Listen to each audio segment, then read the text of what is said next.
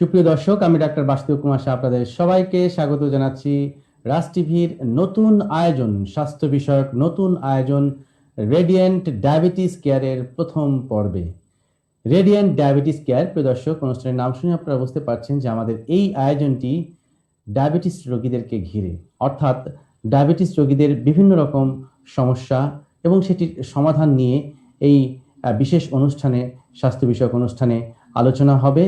আর এই আয়োজনের প্রথম পর্বে আমাদের মাঝে গেস্ট এক্সপার্ট হিসেবে যুক্ত হয়েছেন দেশ বরেণ্য আন্তর্জাতিক খ্যাতিসম্পন্ন এন্ডোক্রাইনোলজিস্ট, বাংলাদেশের চিকিৎসা বিজ্ঞানের জীবন্ত কিংবদন্তি অধ্যাপক doctor Mohammad Faruk Pathan sir, president Bangladesh endocrine society, সাবেক অধ্যাপক ও প্রাক্তন বিভাগীয় প্রধান এন্ডোক্রাইনোলজি বিভাগ, বারডেম জেনারেল হাসপাতাল, ঢাকা। স্যার, আপনাকে অনেক অনেক স্বাগত জানাচ্ছি রাজ টিভির ডায়াবেটিস বিষয়ক নতুন আয়োজন রেডিয়েন্ট ডায়াবেটিস কেয়ারের প্রথম পর্বে আমাদের মাঝে যুক্ত হবার জন্য। স্যার, একটু আনমিউট করবেন। ধন্যবাদ ডক্টর বাসুদেব সাহা, আমাকে আমন্ত্রণ জানানোর জন্য রাজ টিভির পক্ষ থেকে। আমি দর্শক শ্রোতা যারা আমার কাছে অনুষ্ঠান শুনছেন সবাইকে আমি শুভেচ্ছা জানাচ্ছি এবং শুভরাত্রি জানাচ্ছি। অনেক অনেক ধন্যবাদ স্যার।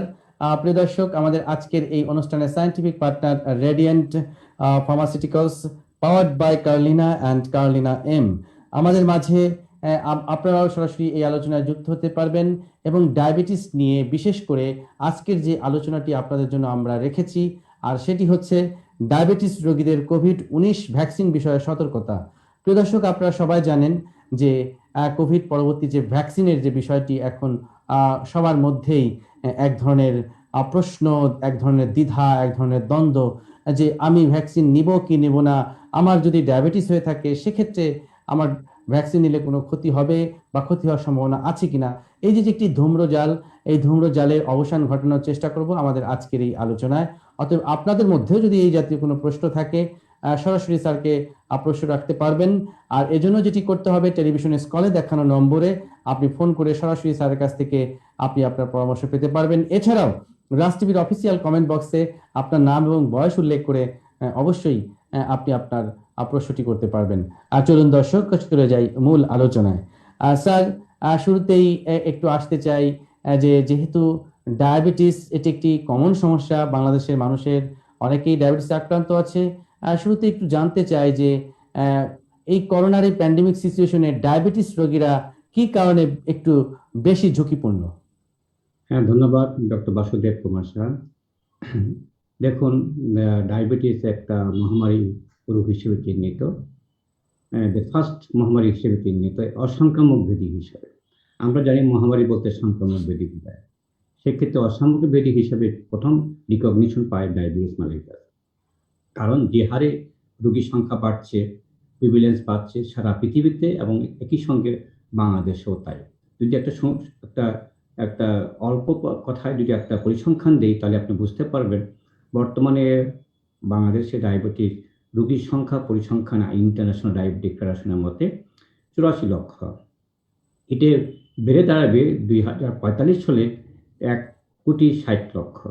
এটি আপনি বুঝতে পারছেন যে কি হারে ডায়াবেটিস রোগী বাড়তে পারে। কারণ হিসেবে যেটা আছে আমাদের যেটা জেনেটিক ফ্যাক্টর যাই থাকুক না কেন, বংশগত কারণ যাই থাকুক না কেন, এথনিসিটি হিসেবে যাই থাকুক না কেন, রেপিড আরবানাইজেশন, যেটা আমাদের ইকোনমিক যে গ্রোথ হচ্ছে, যার কারণে রেপিড আরবানাইজেশন হচ্ছে, মডার্নাইজেশন হচ্ছে, সব ক্ষেত্রে সেক্ষেত্রে নগরায়নের কারণে আমাদের খাদ্যাভ্যাসে বিরাট পরিবর্তন সাধিত হচ্ছে।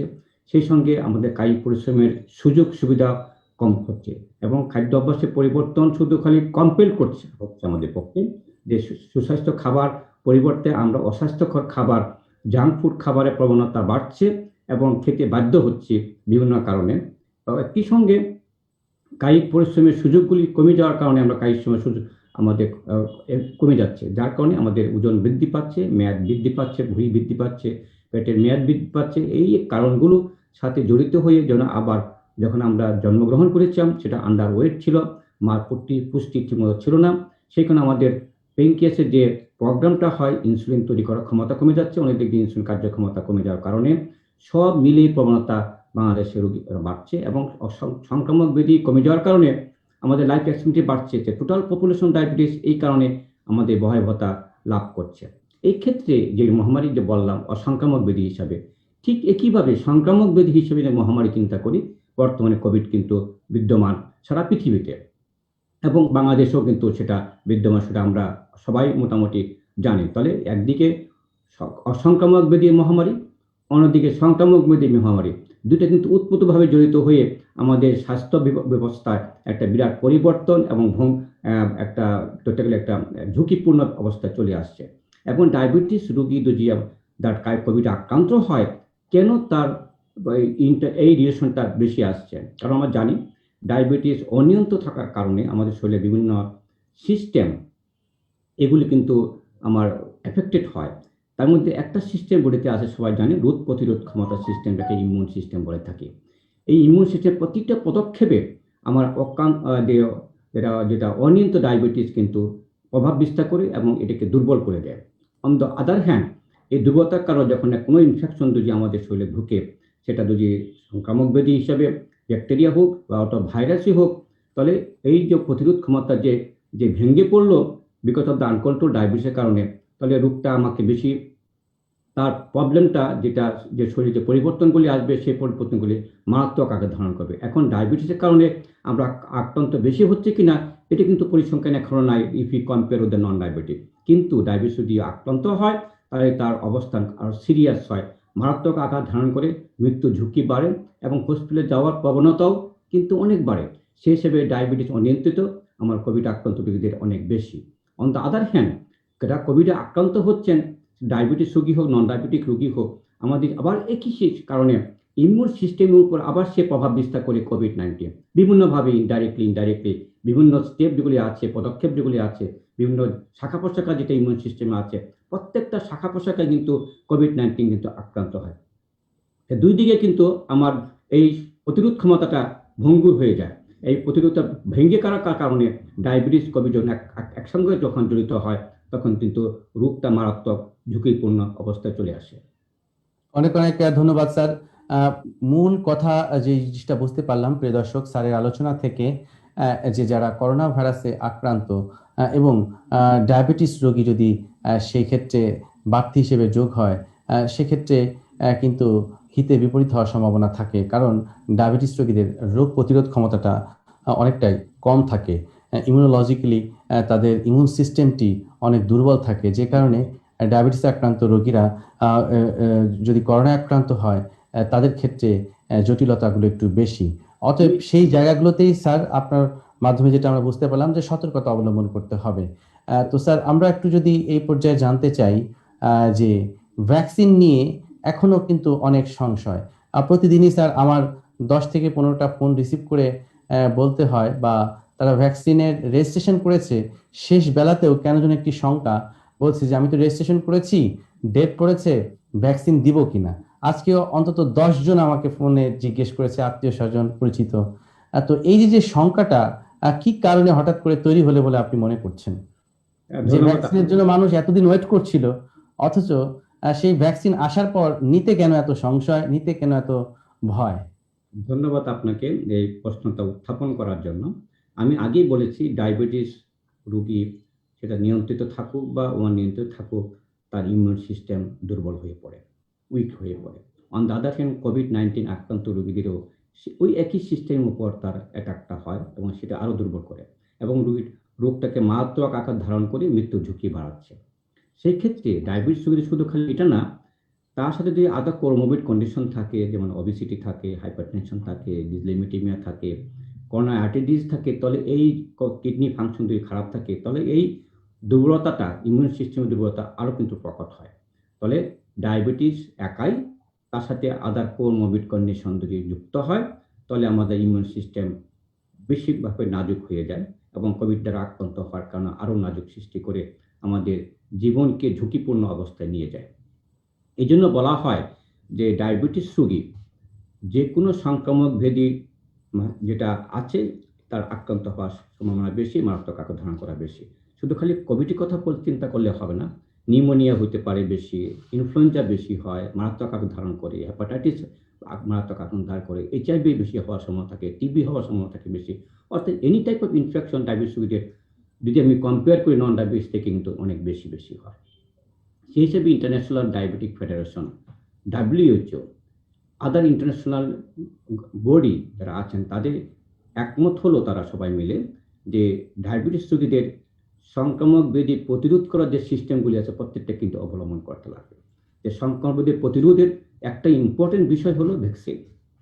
সেটা হলো ইনফ্লুয়েঞ্জা, ফ্লু বা নিউমোনিয়া ভ্যাকসিন নয়, হেপাটাইটিস ভ্যাকসিন নয়, হেপাটাইটিস আবার এইচআইভি ভ্যাকসিন, সব ধরনের ভ্যাকসিন, মাম্পস, মিজেলস, সব ধরনের ভ্যাকসিন কিন্তু নেওয়ার অগ্রাধিকার তারা পোষণ করে এবং সেটা অলি তারা কিন্তু এটা রিকমেন্ডেশন করে আসছে ডায়াবেটিস রোগীদের অন্যান্য ভ্যাকসিন নেওয়া উচিত যেগুলি সংক্রমণ ব্যাধি প্রতিরোধযোগ্য। সেক্ষেত্রে কোভিড যেটা আছে, কোভিডে কিন্তু অ্যাকচুয়ালি কোনো কিউর ট্রিটমেন্ট কিন্তু নেই, এখন পর্যন্ত আমরা পাইনি। এখন তো জানা যাচ্ছে না এটা কিভাবে আমরা এটাকে নির্মূল করব বা কিউর করবো একবার আক্রান্ত হলে। কিন্তু বেস্ট ইম্পর্টেন্ট পয়েন্ট হলো কিউর থেকে যদি প্রিভেনশন করতে পারি that is more cost effective, এবং সেটা মাস পিপলের উপর আর বেশি প্রভাব বিস্তার করবে হেলথ সেক্টর থেকে। তো সেক্ষেত্রে কীভাবে করা যেতে পারে যাতে prevention is better and cost effective, যেটা হলো প্রতিরোধ করা যায়। এই জন্যই এবারকার স্লোগান যদি আপনি দেখেন আমাদের ডায়াবেটিক অ্যাওয়ারনেস ডে যেটা সামনে 28শে ফেব্রুয়ারি আসছে, সে কিন্তু আমরা এই একই বিষয় নিয়ে আমরা কথা বলছি, ডায়াবেটিস এবং কোভিড প্রতিরোধে বাঁচবে জীবন। ডায়াবেটিস কোভিড প্রতিরোধে বাঁচবে জীবন। যেন প্রতিরোধে ডায়াবেটিসকে আমরা কমাইতে পারি প্রতিরোধ করে, প্রিভেনশন করে, ঠিক তেমনি আমরা আমরা যেটা কোভিড-19কেও আমরা প্রতিরোধ করে আমরা অনেকখানি কমাইতে পারি। একটা হলো শিষ্টাচার মেনে চলে, যেটা WHO মতে যেটা আমরা যেসব শিষ্টাচার স্টেপগুলি আছে সেটা আমরা মেনে চলি, একটা পয়েন্ট। সেকেন্ড পয়েন্ট হলো ভ্যাকসিন। এই ক্ষেত্রে ভ্যাকসিন অনেক এসেছে, চড়াই উত্তরায় পার হয়ে বিভিন্ন কোম্পানি বিভিন্নভাবে বিভিন্ন পার্টস অফ দ্য ভাইরাসকে নিয়ে তারা কোভিড ভ্যাকসিন তৈরি করেছে, এবং সেটা এখন পর্যন্ত দেখা গেছে কোনো এমন কোনো ঝুঁকিপূর্ণ, মৃত্যু ঝুঁকিপূর্ণ কোনো সাইড ইফেক্ট কিন্তু এখনো আসেনি। সেক্ষেত্রে যদি অন্য মানুষ যদি কোভিড-19 ভ্যাকসিন নিয়ে ভালো থাকতে পারেন, প্রতিরোধ করতে পারেন, ডায়াবেটিসের জন্য এটা আরও অগ্রাধিকার, কারণ তার ইনফেকশন হওয়ার চান্স বেশি, মারাত্মক হওয়ার চান্স বেশি। সো এখানে কোনো দ্বিমত হওয়া উচিত না। সুগার নিয়ন্ত্রণ থাকুক বা সুগার নিয়ন্ত্রণ নাও থাকুক, অথবা আদার কমোডিটি কন্ডিশন থাকুক বা না থাকুক, every diabetic patient has every priority to take vaccine, not only corona vaccine, but also other vaccine which can be preventable by vaccine. অনেক অনেক ধন্যবাদ স্যার। আমরা একজন দর্শকের ফোন নিতে চাই। প্রিয় দর্শক কে আছেন আমাদের সাথে? আপনাকে স্বাগত রেডিয়েন্ট ডায়াবেটিস কেয়ারের প্রথম পর্বে। আপনার পরিচয় দিয়ে প্রশ্নটি করুন। জি, আসসালামু আলাইকুম। আমি মারুফ বলছি ঢাকা থেকে। একটু জোরে বলুন। জি, আমি মারুফ বলছি ধানমন্ডি থেকে, ঢাকা ধানমন্ডি থেকে। ধানবাড়ি থেকে মারুফ বলছেন, বলুন আপনার সমস্যাটা কি? যে সমস্যা হচ্ছে যে আমার আব্বু বয়স 70, উনি হচ্ছে গত 3 দিন আগে উনি হচ্ছে ডায়াবেটিস রোগী, উনি গত 3 দিন আগে করোনার টিকা দিচ্ছে। এখন ওনার কি অবস্থা হতে পারে? আমি তো একটু টেনশনে আছি আর কি ওনাকে নিয়ে। আচ্ছা, তার কি কোনো করোনার টিকা দিবেন এই তো, না নিয়েছেন অলরেডি? অলরেডি 3 দিন আগে স্যার করোনার টিকা নিয়েছেন। তার আব্বু ডায়াবেটিসেও আক্রান্ত। এমত অবস্থায় তার কোনো সমস্যা ভবিষ্যতে হতে পারে কিনা এই বিষয়টি জানতে চাচ্ছেন। অবশ্যই নয়, অবশ্যই না, কোনো প্রবলেম হওয়ার কোনো কারণ নাই। যে নন ডায়াবেটিক পার্সন যদি ভ্যাকসিন নিয়ে কোনো প্রবলেম না হয়, ডায়াবেটিসের কোনো প্রবলেম হবে না। নন ডায়াবেটিস রোগীদের ভ্যাকসিন নিয়ে যে সামান্যতম টুকটাক জ্বর, আমার মেলেজ, লেথার্জিক ভাব, শরীর ব্যথা আসতে পারে, এবং ডায়াবেটিস রোগীতেও সেটা আসতে পারে। কিন্তু এরকম মারাত্মক ঝুঁকি যেটা অন্য বেলা নাই, ডায়াবেটিস বেলা ভ্যাকসিনের কারণে অবশ্যই হবে না। অনেক ধন্যবাদ। আমরা স্যার অনেকগুলো প্রশ্ন দেখতে পাচ্ছি, এবং প্রশ্নগুলো খুবই ইন্টারেস্টিং মনে হচ্ছে এই কারণে যে আমাদের দর্শকরা কত সতর্ক এবং কত কিছু জানতে চায়। সুস্মিতা দেবনাথ তিনি জানতে চেয়েছেন, স্যার যারা ডায়াবেটিসে আক্রান্ত সে সমস্ত রোগী ভ্যাকসিন নেওয়ার জন্য কোনো পূর্ব প্রস্তুতি রয়েছে কিনা, বিশেষ করে যিনি মর্নিং ডোজে ইনসুলিন পান তিনি কি ইনসুলিন নিয়ে ভ্যাকসিন নেবেন, নাকি ইনসুলিন নেওয়ার মানে আগেই ভ্যাকসিন নেবেন? এই বিষয়টা জানতে চেয়েছেন। স্যার ইনসুলিনের সাথে ভ্যাকসিন আগে দেওয়া পরে দেওয়ার কোনো সম্পর্ক রয়েছে কিনা? অবশ্যই নয়। আমি খাওয়ার আগে বা খাওয়ার পরে যেমন সম্পর্ক নেই, ইনসুলিন দিয়ে দিয়ে যায় বা ইনসুলিন না দিয়ে যায় কোনো সম্পর্ক নেই। ইনসুলিনের সাথে এটা কোনো সম্পর্ক নেই। ইনসুলিনের সাথে সম্পর্ক হলো সুগার কন্ট্রোলের সাথে, ভ্যাকসিনের সাথে কোনো প্রভাব বিস্তার করবে না। তার অ্যাক্টিভিটি বা তার অ্যাকশনে কোনো প্রভাব বিস্তার করবে না।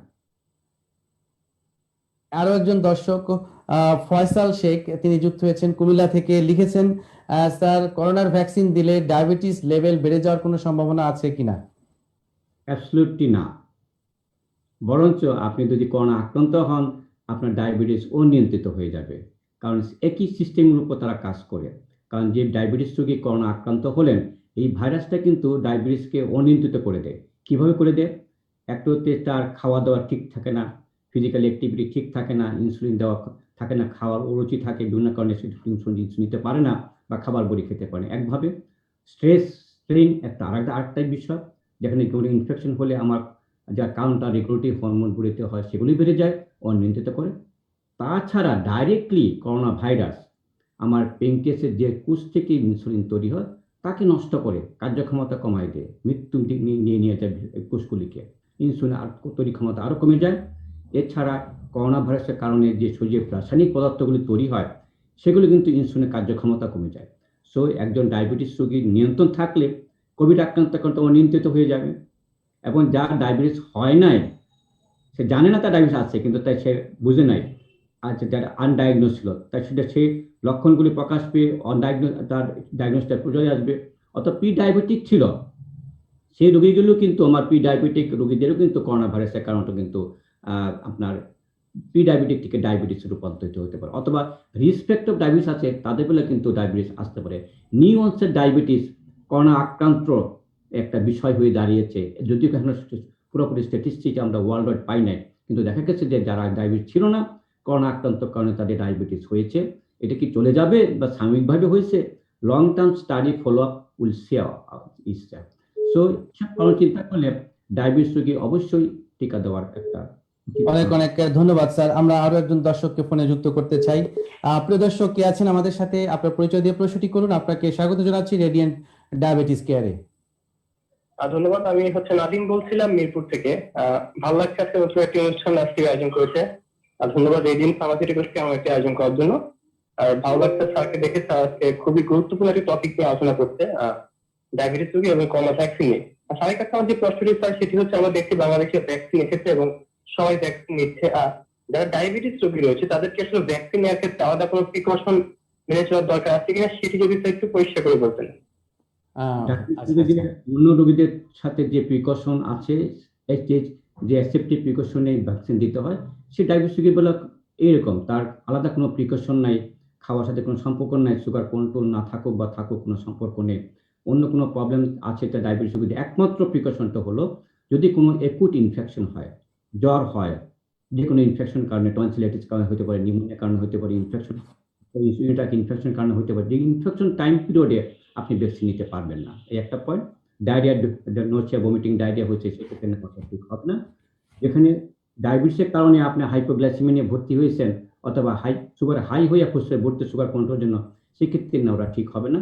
সুগার কন্ট্রোল করে তখন আপনি নেওয়াটা বেটার হবে মনে করি। তো এইগুলি, এই প্রিকশনগুলি মেনে চলতে হবে। ইনফেকশন কন্ট্রোল হওয়ার পরে আপনি যখন সুস্থ হবে তখন নেবেন। এবং ডায়াবেটিস করোনা আক্রান্ত হয়েও থাকেন, আক্রান্ত হওয়ার ভালো হওয়ার পরে অ্যাটলিস্ট 3 মাস পরে ওই ডায়াবেটিস রোগী করোনা আক্রান্ত আগে হয়েছেন, উনিও ভ্যাকসিন নিতে পারবেন। অনেক অনেক ধন্যবাদ। আমরা আরো একটি প্রশ্ন নিতে যাচ্ছি। মুশাহিদ উল্লাহ রাজু, তিনি একটি প্রশ্ন করেছেন। স্যার, আমার বয়স 58, আমার diabetes, blood pressure, fatty liver, মানে তার 3টি সমস্যা আছে। আবার সাথে যুক্ত হয়েছে শুকনো কাশি এবং অস্টিও আর্থ্রাইটিস। এমতো অবস্থায় আমি কি ভ্যাকসিন নিতে পারবো? জানালে উপকৃত হব। আপনার ডায়াবেটিস আছে, কোনো বাধা নাই আপনি ভ্যাকসিন নেওয়ার, ফ্যাটি লিভার আছে, বাধা নেই কোনো ভ্যাকসিন নেবার, ব্লাড প্রেশার হাই আছে, উচ্চ রক্ত আছে, কোনো বাধা নেই আপনি ভ্যাকসিন নেবার, আর্থারাইটিস আছে, কোনো বাধা নেই ভ্যাকসিন নেওয়ার। শুধু কাশি যেটা আপনার আছে, শুকনো কাশি, আপনি জানেন না শুকনো কাশিটা কেন হলো, নিশ্চয়ই কোনো ইনফেকশন থাকতে পারে, অত না থাকতে পারে, অ্যালার্জির কারণে হতে পারে। সেটা আপনি এই জায়গাটাকে আপনি আরো ক্লিয়ার করে নেন। যদি কোনো ইনফেকশন থাকে, ইনফেকশন কন্ট্রোল হওয়ার পরে দেন ইউ টেক ভ্যাকসিন। অনেক অনেক ধন্যবাদ প্রিয় দর্শক, নিশ্চয়ই আপনি সুন্দর একটি ব্যাখ্যা পেয়েছেন। প্রিয় দর্শক, কে আছেন আমাদের সাথে, আপনার পরিচয় দিয়ে প্রশ্নটি করুন। ভাইয়া, আমার নাম আহসান হাবিব। আমি বলতে চাচ্ছিলাম যে আমার রিসেন্টলি টিবি আছে, হ্যাঁ, টিবির ওষুধ চলছে আমার, পাশাপাশি আমার ডায়াবেটিকও আছে। আমি এই অবস্থায় এই করোনা ভ্যাকসিন নিতে পারবো কিনা? হ্যাঁ ডায়াবেটিস স্যার, কারণে প্লিজ। আপনি নিতে পারবেন না, এটা ঠিক আছে, নিতে পারবেন, কিন্তু যেহেতু টিবি আছে, ইউ আর অন ট্রিটমেন্ট, এখন পর্যন্ত আপনার ডিজিজকে ইনঅ্যাক্টিভ হয়েছে আপনি বলতে পারবেন না, so you are on going treatment. So যখন ডিজিজটা আপনি ইনঅ্যাক্টিভ হবে, আপনি ওষুধ কমপ্লিট করবেন আপনার কোর্স, ইনঅ্যাক্টিভ যখন ডাক্তার বলবে হ্যাঁ আপনার টিবিটা আন্ডার কন্ট্রোল, ইনঅ্যাক্টিভ হয়ে গেছে, তখন you can take vaccine. But এখানে অ্যাক্টিভ অবস্থায় আপনি একটু মেডিসিন খাচ্ছেন, ধরে নিচ্ছে আপনি এখনো অ্যাক্টিভ অবস্থায় আছে, আপনার ডাক্তার ডিক্লেয়ার করে নাই যে আপনার আপনার টিবি সম্পূর্ণ ভালো হয়ে গেছে। অনেক অনেক ধন্যবাদ প্রিয় দর্শক আমাদের সাথে যুক্ত হবার জন্য। প্রিয় দর্শক, আপনাদেরকে জানিয়ে রাখছি আমাদের আজকের এই নতুন আয়োজন রেডিয়েন্ট ডায়াবেটিস কেয়ারের প্রথম পর্বে আমাদের মাঝে আছেন স্বনামধন্য এন্ডোক্রাইনোলজিস্ট অধ্যাপক ডক্টর মোহাম্মদ ফারুক পাঠান স্যার। আজকের অনুষ্ঠানের scientific partner Radiant Pharmaceuticals powered by Carlina and Carlina M. আমরা আলোচনা করছি ডায়াবেটিস রোগীদের কোভিড-19 ভ্যাকসিন বিষয়ে সতর্কতা। স্যার, আমাদের মাঝে একজন চিকিৎসক যুক্ত হয়েছেন, ডাক্তার ওবায়দুল্লাহ সুমন। তিনি যুক্ত হয়েছেন স্যার সলিমুল্লাহ মেডিকেল কলেজ থেকে। একটি প্রশ্ন করেছেন, স্যার, অ্যাকুট ইনফেকশন থাকা অবস্থায় কেন করোনা ভ্যাকসিন দেওয়া যাবে না? কারণ আপনি অ্যাকুট ইনফেকশন হলে এমনিতেই আপনার বডির ইমিউন সিস্টেম দুর্বল হয়ে যায়, তার উপর একটা বাড়তি চাপ পড়ে এই ইনফেকশনটাকে কন্ট্রোল করার জন্য। অন দ্য আদার হ্যান্ড, আপনি ভ্যাকসিন যখন নেবেন, সেটাই আপনার ইমিউন সিস্টেমকে আরেকটু বাড়তি চাপ সৃষ্টি করবে। এই ক্ষেত্রে আপনার stress and strain counter regulatory hormone অনেক বেশি আসবে। সেই জন্য বলা হয় অ্যাকুট ইনফেকশন থাকা অবস্থা আপনি বুঝতে পারবেন না যে জ্বরটা আপনার আছে, এটা কি করোনা ভ্যাকসিনের কারণে আসলো কি না, অথবা যেটা সিজুলি সাধারণত যে কোনো ভ্যাকসিন নিতে আপনি জ্বর একটু আসতে পারে, অনেকে হাই ফিভারও আসতে পারে। সেজন্য ভেরি ডিফিকাল্ট টু এটা ডিফারেন্সিয়েট বিটুইন দ্য টু, যে এটা একুট ইনফেকশনের জ্বর আসলো না করোনা ভ্যাকসিনের জন্য জ্বর আসলো। এই জন্য একুট ইনফেকশন কন্ট্রোল হওয়ার পরে দেন যখন আপনি সাবসাইড করলো, you are becoming normal stable, then you can take. অনেক অনেক ধন্যবাদ। আমরা আরো একটি প্রশ্ন নিতে চাচ্ছি। সোভান শেখ যুক্ত হয়েছেন খুলনা থেকে। লিখেছেন, স্যার, আমার বাবার বয়স 55, আর তিনি গত মাসে করোনা আক্রান্ত হয়েছেন এবং হসপিটালে ভর্তি ছিলেন। 2 সপ্তাহ ভর্তি থাকার পর নেগেটিভ হয়েছে, কিন্তু এই চিকিৎসা চলা অবস্থায় মিথাইল প্রেডনিসোলন দেওয়ার কারণে তার ডায়াবেটিসের সমস্যা দেখা দেয়। এখনো তিনি ডায়াবেটিসের ওষুধ গ্রহণ করছেন। ডায়াবেটিস কি পুরোপুরি নিয়ন্ত্রণে ভবিষ্যতে আসবে কিনা সেই বিষয়ে আপনার মতামত প্রত্যাশা করছি।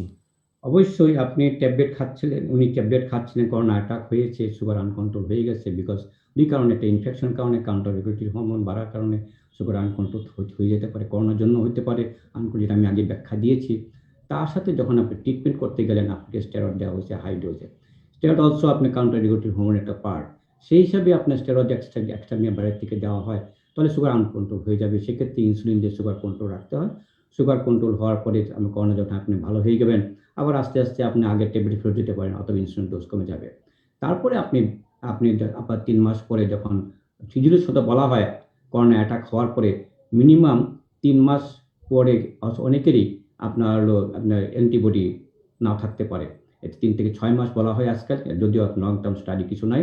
সো এইগুলো বলা মিনিমাম চিন্তা করে 3 মাস পরে আপনি ভ্যাকসিন দিতে পারবেন।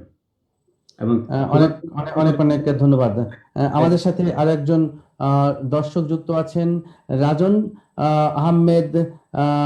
আহমেদ সাগর। তিনি লিখেছেন যে, স্যার, ডায়াবেটিস রোগীরা ভ্যাকসিন নেওয়ার পর সকালবেলা হাঁটতে পারবে কিনা? অবশ্যই পারবে। সাধারণত রিয়াকশন যেটা হয়, যেটা আমাদের ইমিউন রিয়াকশন যেটা হয় যে কোনো ভ্যাকসিনে, সাধারণত 8 থেকে 12 ঘন্টা পরে সাধারণত এগুলো ডেভেলপ করে, মেলেস, বডি এক, পেইন, বডি, এটা 8 থেকে 12 ঘন্টা পরে করে। সো 8 থেকে 12 ঘন্টা পরে আপনি হয়তো ফিল করবেন, তারপর ইউজুয়াল ওয়ার্ক যা করতেন আগে আপনি সেইগুলো সবই করতে পারবেন, ইভেন হাঁটতেও পারবেন। কোনো এখানে কোনো হ্যাম্পার করবে না আপনার করোনা ভাইরাস ভ্যাকসিনের ইফেক্ট হিসাবে। যেটা হবে যে 12 ঘন্টা পরে আপনি হয়তো রিয়াকশন পেতে পারেন কিছুটা, অনেকের হয়, অনেকের হয় না। সেই জন্য ভিজুয়াল যে কর্মগুলি আছে ডায়াবেটিস নিয়ন্ত্রণের জন্য, এগুলো আপনি চালিয়ে যাবেন। অনেক অনেক ধন্যবাদ। আমরা আরো একটি প্রশ্ন নিচ্ছি। তুষার আহমেদ যুক্ত হয়েছেন নোয়াখালী থেকে। তিনি লিখেছেন, স্যার, আমার বাবার বয়স 55 বছর, তিনি ডায়াবেটিসে আক্রান্ত। গতকাল করোনা ভ্যাকসিন নিয়েছেন। নেয়ার পর থেকেই যেখানে ভ্যাকসিন নেওয়া হচ্ছে সেই জায়গাটি কিছুটা রেডিশ হয়েছে, জায়গাটিতে চুলকানি হচ্ছে এবং ব্যথাও করছে, এমন অবস্থায় কি করণীয়? কিছু করণীয় না, যদি ব্যথা বেশি দিয়ে হয়, অসহ্য লাগে, তো আপনি সিম্পল প্যারাসিটামল খেতে পারেন। আর ওখানে কিছু দেওয়ার দরকার নেই, অ্যাটলিস্ট সাবান ইউজ করা, লোশন ইউজ করেন, সব নিষেধ করা হয়।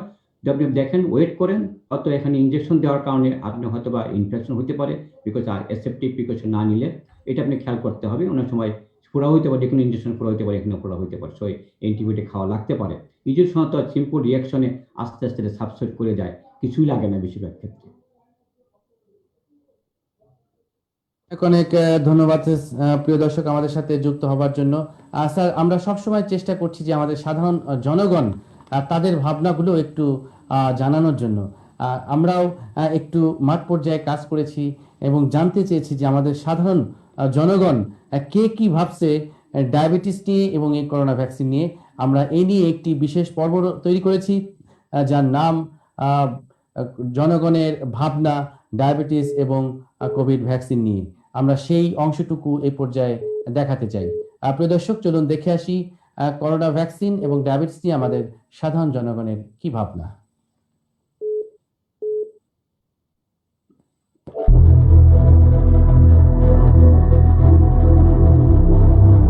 ডায়াবেটিস কি সে সম্পর্কে কি আপনার কোনো ধারণা আছে? না, আমি তো ডায়াবেটিস কি বুঝি না। কি কি কারণে মূলত মানুষের ডায়াবেটিস হয়ে থাকে বলে আপনি মনে করেন? ডায়াবেটিস জিনিসটা আমরা এতে জানি যে অনেক মানুষ নিয়ম কারোর মতো চলতে পারে না, খাওয়া দাওয়া ডায়েট করে চলে না, ওভার এক্সেস খাই ফেলায়, অনেক ক্ষেত্রে ডায়াবেটিস হতে পারে। ডায়াবেটিসের লক্ষণগুলো কি কি সে সম্পর্কে কি আপনার কোনো ধারণা আছে? হ্যাঁ, ডায়াবেটিসের লক্ষণগুলো সাধারণত বহুমূত্র, ঘন ঘন প্রস্রাব করা, আবার কখনো কখনো মানুষের ডায়াবেটিস বেড়ে যায়, বেড়ে গেলে পরে স্ট্রোক করার সম্ভাবনা থাকে। ইনসুলিন কি সেই সম্পর্কে কি আপনার কোনো ধারণা আছে?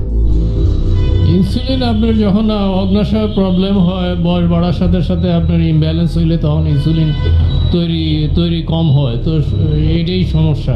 কোন কোন বয়সের মানুষের মূলত ডায়াবেটিস হওয়ার খুব বেশি সম্ভাবনা থাকে বলে আর কোনো ধারণা আছে? 40 বয়সের ঊর্ধ্বে ডায়াবেটিস হওয়ার সম্ভাবনাটা বেশি থাকে। আপনার কি ডায়াবেটিস আছে বা আপনি কি কখনো ডায়াবেটিস পরীক্ষা করাইছেন? কোনোদিন আমি পরীক্ষা করাই নাই, আমার নিজের করি না। যাদের মূলত ডায়াবেটিস রয়েছে তারা কি করোনা ভ্যাকসিন গ্রহণ করতে পারবে কিনা এই বিষয়ে আমার কোনো ধারণা নেই। আমি যেটুকু জানি,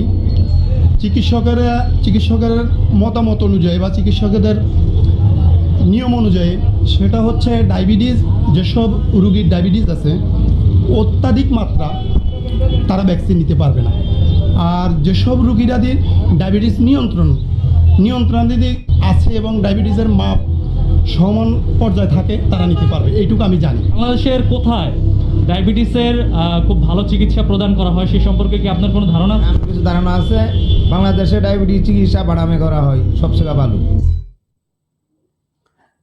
অনেক অনেক ধন্যবাদ স্যার। আপনি নিশ্চয়ই প্রতিবেদনটি দেখলেন। স্যার কি শুনতে পাচ্ছেন? শুনতে পাচ্ছি আমি। স্যার, এই যে একজন বিজ্ঞ দর্শক, তিনি বললেন যে তিনি কিসের ভিত্তিতে বলেন আমি ঠিক জানি না, যে ডায়াবেটিসের মাত্রা বেশি থাকলে ভ্যাকসিন নিতে পারবে না। এই যে বললেন, এখানে কোনো যৌক্তিকতা আছে কিনা? এমন কোনো যৌক্তিকতা নাই যে আমার ভ্যাকসিন নিলে আমার ডায়াবেটিস অনিয়ন্ত্রিত হয়ে যাবে বা খারাপ কিছু যাবে, এটা কোনো যৌক্তিকতা না, কিছু নাই। তবে একটা জিনিস সত্য, ডায়াবেটিস নিয়ন্ত্রণ থাকলে রোগ প্রতিরোধ ক্ষমতা, ইমিউন সিস্টেম বেশি জাগ্রত হয়। আর যদি নিয়ন্ত্রিত থাকে, ইমিউন সিস্টেম জাগ্রত কম হবে। তাতে মানে এটা না যে ভ্যাকসিন নিলে আমার কোনো শারীরিক সমস্যা হবে, পার্শ্ব প্রতিক্রিয়া কিছু হবে, দিলে কোনো কাজ হবে না।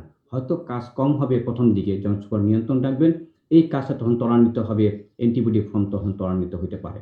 কিন্তু নিয়ন্ত্রিত ভ্যাকসিন নিয়ে আমার কোনো প্রভাব কিছু নাই, পরিবর্তন কিছু নাই। এটা হতে পারে যে আমার ইমিউন সিস্টেম অতখানি রিয়াকশন না করতে পারে, অ্যান্টিবডি ফর্ম না করতে পারে, এটা কম করতে পারে, কিন্তু হবে না এমন কোনো কথা নেই। অনেক অনেক ধন্যবাদ স্যার। আমরা আমাদের সাধারণ দর্শকদের প্রতিক্রিয়া জানলাম। এই পর্যায়ে আমাদের ফোনে অনেক দর্শক ইনবক্সে কমেন্টস করেছে, সেই কমেন্টসগুলো নেওয়ার একটু চেষ্টা করছি।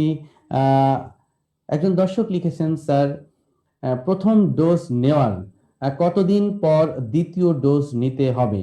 এবং আরো একটি সম্পূরক প্রশ্ন লিখেছে যে প্রথম ডোজ এটি কি সঠিকভাবে প্রয়োগ হয়েছে কিনা, বা এটির শরীরে কাজ করছে কিনা সেটা অ্যাসেস করার জন্য কোনো পরীক্ষার প্রয়োজন রয়েছে কিনা?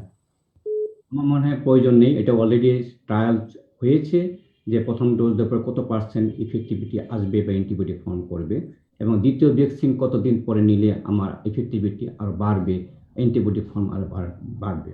সাধারণত যেটা হয়, আমরা যেটা ভ্যাকসিন আমরা পেয়েছি বাংলাদেশের অ্যাস্ট্রাজেনেকা অক্সফোর্ড যে ভ্যাকসিনটা আমাদের আছে সিরাম ভ্যাকসিন ফ্যাক্টরি থেকে যেটা আসছে, সেটা কিন্তু অক্সফোর্ড অ্যাস্ট্রাজেনেকারই ভ্যাকসিন এটা আমাদের।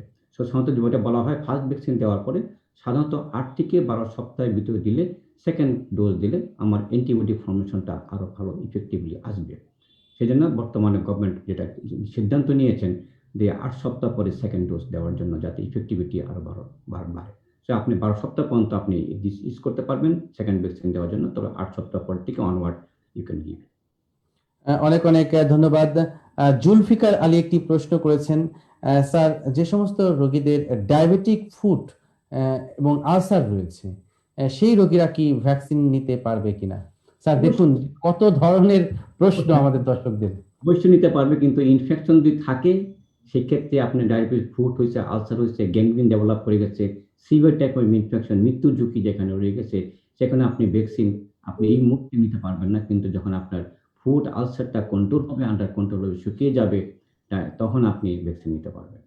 অনেক অনেক ধন্যবাদ। আমাদের সাথে স্যার আরো একজন দর্শক যুক্ত হতে যাচ্ছে, আমরা একটু তাকেও ফ্লোর দেওয়ার চেষ্টা করছি। প্রিয় দর্শক কে আছেন আমাদের সাথে, আপনার পরিচয় দিয়ে প্রশ্নটি করুন। আপনাকে স্বাগত জানাচ্ছি রেডিয়েন্ট ডায়াবেটিস কেয়ারে।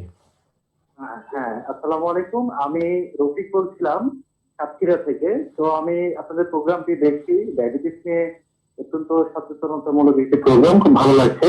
ডাক্তারকে আসলে ধন্যবাদ আসলে এর জন্য।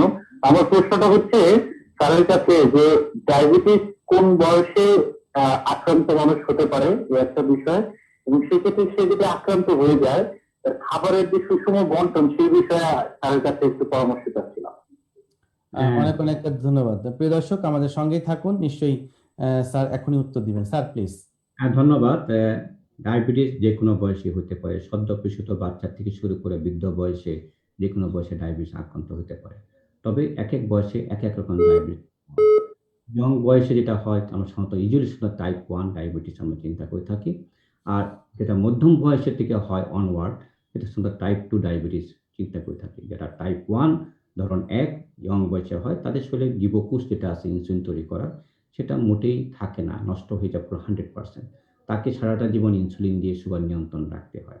আবার অন্যদিকে টাইপ 2 যেটা আছে, সেটা ইনসুলিন তৈরি হয়, কম তৈরি হয়, যা তৈরি হোক কাজ করে না, তাদের বলে আমরা লাইফস্টাইল মডিফিকেশন করে ওষুধপত্র দিয়ে আলটিমেটলি একসময় ইনসুলিন দিয়ে সুগার নিয়ন্ত্রণ রাখতে পারে। আর এটা বয়স কোনো কারণ নয়, এটা যে কোনো বয়সে আপনি আক্রান্ত হতে পারেন। আমার একটা কোশ্চেন ছিল, কি আর একটা জিনিস কি ছিল? স্যার আমরা এই ফাঁকে আরো একজন দর্শককে একটু সুযোগ দিতে চাই। প্রিয় দর্শক কে আছেন আমাদের সাথে, আপনার পরিচয় দিয়ে প্রশ্ন করুন। আপনাকে স্বাগত রেডিয়েন্ট ডায়াবেটিস কেয়ার অনুষ্ঠানে। আমি চুয়াডাঙ্গার জীবননগর থেকে বলছিলাম। বলুন। খালিকা, তোমার প্রশ্ন হচ্ছে আমার আব্বুর বয়স হচ্ছে 55 কি 60, তো ওনার দীর্ঘদিন ধরে ডায়াবেটিস আছে। তো উনি এর ভিতরে একবার 6 মাস আগে করোনাও আক্রান্ত হয়েছিলেন। তো এখন মাঝখানে সুস্থ ছিলেন, এখন মোটামুটি ওনার শরীরটা অনেকটা ঝিমঝিম ভাব, মানে দুর্বল লাগে। তবে আজকে প্রায় 1.5 বছর ধরে ইনসুলিন নিচ্ছে। এর আগে ওষুধ খেতেন, ওষুধ খাবার এখন শুধু ইনসুলিন নিচ্ছেন। তারপর হচ্ছে করোনার কোনো ভ্যাকসিন এরা দেওয়া হয়নি। এখন কি দেওয়া যাবে কিনা, ডায়াবেটিসের জন্য কি করবে এখন? Sir please. বুঝতে পারিনি উনি কি প্রশ্ন করতে চাচ্ছেন। প্রিয় দর্শক আপনি আপনার প্রশ্নটি একটু জোরে বলুন এবং একদম গুছিয়ে বলুন, স্যার আবারও শুনতে চাচ্ছেন। কি পয়েন্ট আমি জানতে চাচ্ছি? আর আব্বুর বয়স হচ্ছে 55 কি 60 এর ভিতরে। তো উনি ডায়াবেটিস আক্রান্ত অনেকদিন, জি 7-8 বছর ডায়াবেটিস আক্রান্ত। তো উনি হচ্ছে ঔষধ খেতেন এর আগে, ডায়াবেটিস হসপিটাল থেকে ঔষধ দিতেন, পরে ওনার ডায়াবেটিস নিয়ন্ত্রণ আসে না এবং ঔষধ গুলো খেয়ে গ্যাস্ট্রিক হতো। তো ওখান থেকে এখন ইনসুলিন দিচ্ছে, আজকে 1.5 বছর ধরে ইনসুলিন নিয়ে আসছে। নিয়ে আসার পরে মাঝখানে যে 6 মাস আগে করোনা আক্রান্ত হয়েছিলেন। আক্রান্ত হওয়ার পর থেকে উনি সুস্থ আছেন, তো এখন আবার একটু শরীর মানে ঘুম ঘুম ভাব, মাথা ব্যথা, সবসময় ঘুম ঘুম আসে, দুর্বল লাগে। তো আমি আবার করোনা ভ্যাকসিনও উনি এখনো নেয়নি, মানে ভয়তে নেয়নি। তো এখন করোনা ভ্যাকসিন কি দেবে না এভাবেই থাকবে, এবং ইনসুলিন চলবে কিনা এখনো? অবশ্যই ইনসুলিন চলবে, কারণ ইনসুলিন দেওয়া হয়েছে কেন, ওনার খাবার বড়ির মাধ্যমে সুগার নিয়ন্ত্রণ রাখতে পারেননি। কারণ একসময় আসবে ডায়াবেটিস রোগী যখন পুরনো হয়ে যায়, যে জীবকোষ থেকে ইনসুলিন তৈরি হয়, এটা আস্তে আস্তে নষ্ট হতে থাকে। সো একসময় আসবে খাবার বড়ির মাধ্যমে আর নিয়ন্ত্রণ রাখা সম্ভব হয় না, তখন খাবার বড়ি কাজ করে না, ইনসুলিন তৈরি করতে সাহায্য করে না। সাথে ইনসুলিন দিয়ে সুগার কন্ট্রোল রাখতে হবে, এবং ডক্টর লাগে সারা জীবনে ইনসুলিন নিয়ে সুগার নিয়ন্ত্রণ রাখবেন। এখন যেতে সুগার ইনসুলিন দিয়ে নিয়ন্ত্রণ রাখছেন, তার সত্ত্বেও ওনার হঠাৎ করে ঝিমঝিম করছে, দুর্বল লাগছে, নিশ্চয়ই কোনো কারণ এখানে জড়িত থাকতে পারে। সেটা ডায়াবেটিস রোগীদের সুগার কমে যেতে পারে, সেটা আপনাকে খেয়াল রাখতে হবে, দরকার লাগবে ইনসুলিন ডোজ অ্যাডজাস্ট করা লাগবে, অথবা সুগার যে কোনো মুহূর্তে হাই থাকতে পারে, সেটাকেও অ্যাডজাস্ট করা লাগবে। এছাড়া ডায়াবেটিস রোগীদের বিভিন্ন রকম শারীরিক জটিলতা সৃষ্টি হয়, তার মধ্যে অন্যতম জটিলতাটা হয় আমার ইলেকট্রোলাইট ইমব্যালেন্স। আবার দেখতে হবে শরীরে কোনো ইলেকট্রোলাইট ইমব্যালেন্স হয়েছে কিনা, সোডিয়াম কমে গেলে দুর্বলতা হতে পারে, আবার পটাশিয়াম কমে গেলে দুর্বল হতে পারে, সেটা খেয়াল রাখতে হবে, অথবা ব্লাড প্রেশার লো হতে পারে, সেটা খেয়াল রাখতে হবে। বিভিন্ন জিনিসগুলো দেখতে হবে, ক্যালসিয়াম কমে গেলে হতে পারে, ভিটামিন ডি ডেফিসিয়েন্সি হলে দুর্বলতা ঝিমঝিম করতে পারে। এবং করোনা আক্রান্ত পরে অনেক রোগী দেখা গেছে যে এই প্রবলেমগুলি, দুর্বলতা ভাব, গাটা ম্যাজ করা, এটা বডি এক, এটা কিন্তু কমতে থাকে, এবং অনেকদিন পর্যন্ত এটা ভাব থাকে। এটা বলে পোস্ট করোনা ভাইরাস সিনড্রোম বলা হয়, যেটাকে লং করোনা বলা হয় এটাকে। সেই এইটা থাকতে পারে, এটা আমরা দেখতে হবে যে এটা কোনো কারণ এখানে জড়িত আছে কিনা। যদি কোনো কারণ জড়িত না হয়ে থাকে, তাহলে উনি নির্দ্বিধায় আমার ভ্যাকসিন নিতে পারবেন, এনে কোনো সন্দেহ কিছু নাই। অনেক অনেক ধন্যবাদ প্রিয় দর্শক আমাদেরকে ফোন করার জন্য। প্রিয় দর্শক, আপনাদেরকে জানিয়ে রাখছি আমরা আলোচনা করছি আজকে ডায়াবেটিক রোগীদের কোভিড-19 ভ্যাকসিন বিষয়ে সতর্কতা। আজকের অনুষ্ঠানে scientific partner Radiant pharma powered by Carlina and Carlina M. আমাদের মাঝে আছেন বিশেষজ্ঞ অতিথি হিসেবে অধ্যাপক doctor Mohammad Faruk Pathan, president Bangladesh endocrine society, প্রাক্তন বিভাগীয় প্রধান, এন্ডোক্রাইনোলজি বিভাগ, বারডেম জেনারেল হাসপাতাল, ঢাকা। স্যার, আমরা আরো একজন দর্শকের প্রশ্ন নিতে চাই। যুক্ত আছেন আমাদের সাথে কুসুম শিকদার। তিনি লিখেছেন, স্যার, ডায়াবেটিসে আক্রান্ত রোগীরা ভ্যাকসিন নিয়ে আসার পর কোনো আলাদা থাকার বিষয় রয়েছে কিনা, অর্থাৎ ভ্যাকসিন তো করোনার ভ্যাকসিন, সেখান থেকে কোনো সংক্রমণের সম্ভাবনা রয়েছে কিনা যদি কেউ তার সংস্পর্শে এসে থাকে?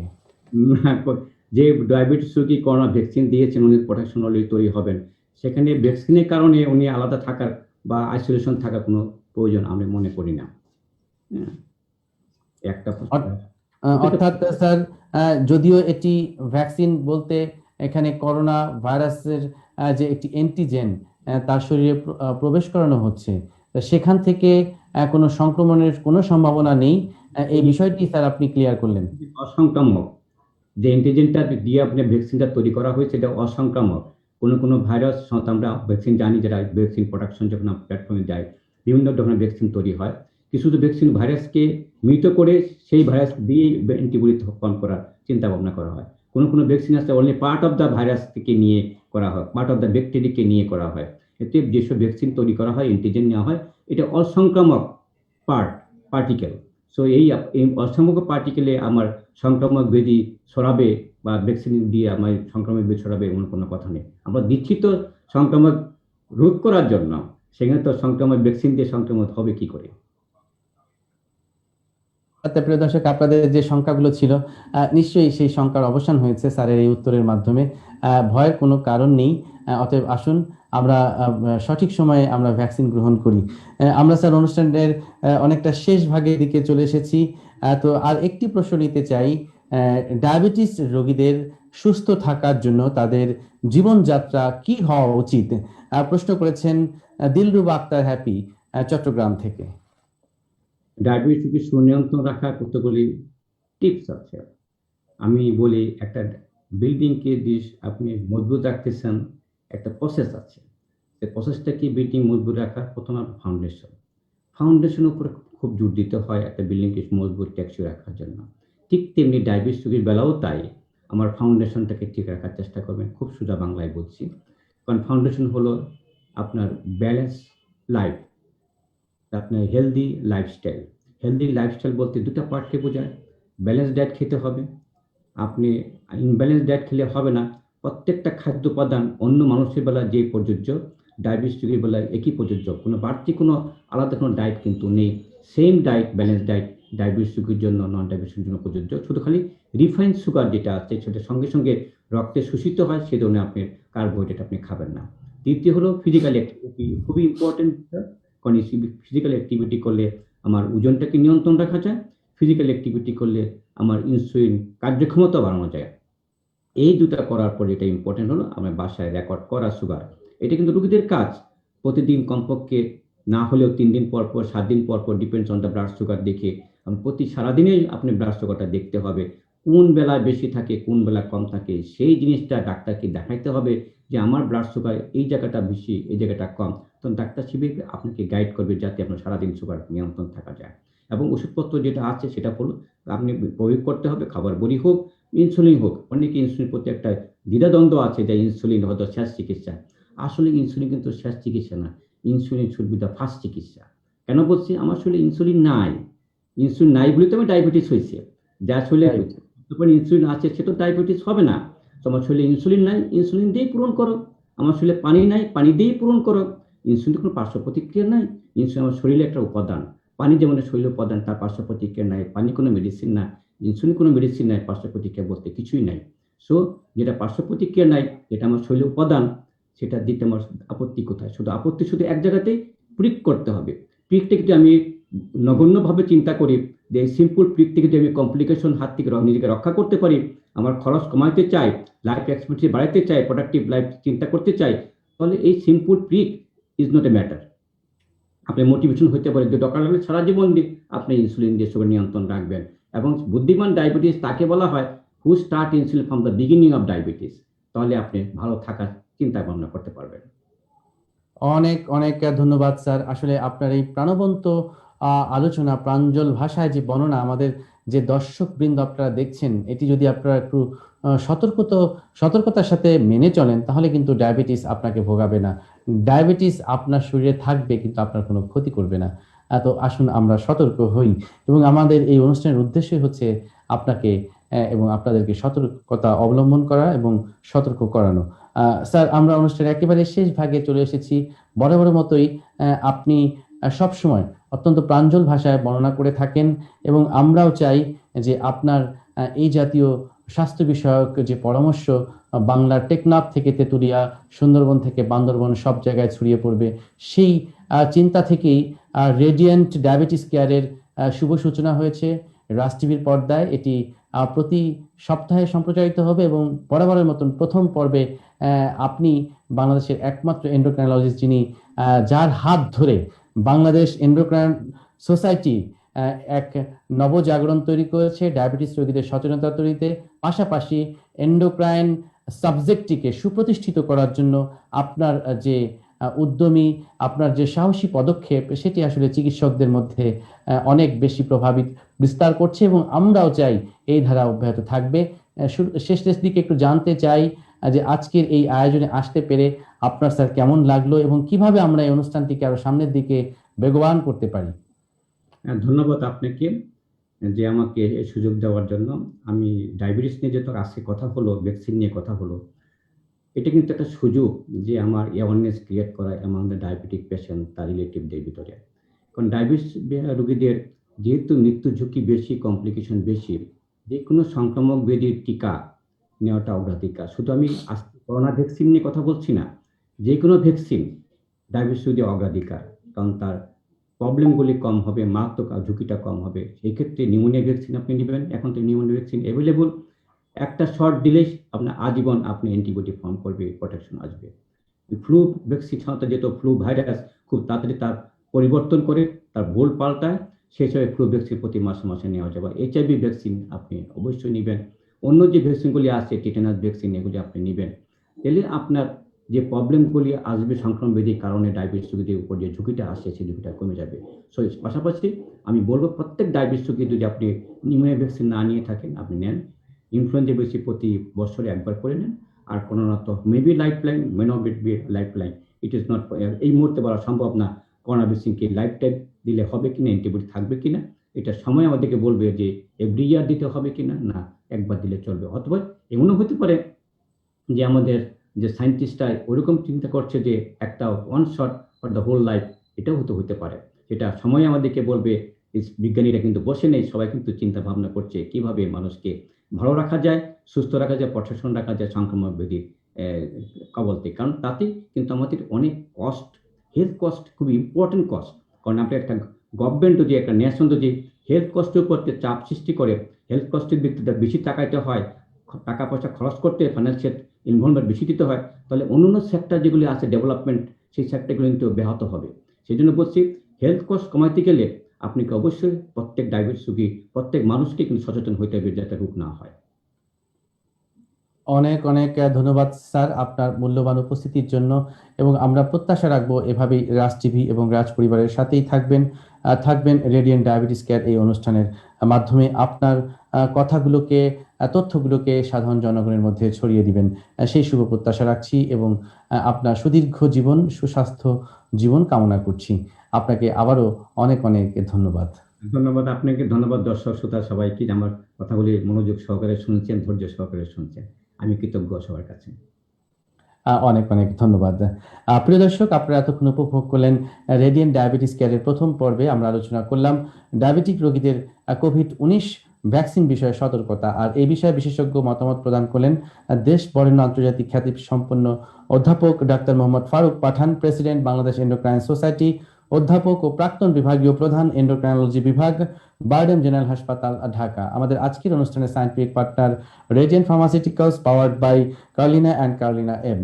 আমরা অনুষ্ঠান একেবারে শেষ ভাগে চলে এসেছি। বিদায় নেওয়ার আগে বলবো, আসলে ডায়াবেটিস এটি একটি শৃঙ্খল জীবন, একটি নিয়ন্ত্রিত জীবন যদি আপনি পালন করেন এবং মেনে চলেন, এবং একজন ডায়াবেটিস বিশেষজ্ঞ চিকিৎসকের পরামর্শে যদি আপনি আপনার জীবনযাত্রার মান ঠিক করেন, তাহলে কিন্তু এই ডায়াবেটিস আপনাকে কিছুই করতে পারবে না। আর ভ্যাকসিন নিয়ে যে সংশয়গুলো আপনাদের ছিল নিশ্চয়ই এই আলোচনা থেকে সেই সংশয়গুলো, সেই ভয়গুলো নিশ্চয়ই কেটে গিয়েছে, এবং যদি না কাটে আবারও আপনাকে এই অনুষ্ঠানটি দেখার আহ্বান জানাচ্ছি, এবং বেশি বেশি করে আপনার বন্ধু বান্ধব, আত্মীয় স্বজনের মধ্যে আপনার ফেসবুক থেকে অনুষ্ঠানটি শেয়ার করে তাদেরকে জানবার সুযোগ করে দিবেন। আশা করছি সবার সংশয় কেটে যাবে এই অনুষ্ঠানটি দেখে। আসুন আমরা সবাই ভালো থাকি, নিজে ভালো থাকি, অন্যকেও ভালো রাখি। সবাইকে শুভরাত্রি।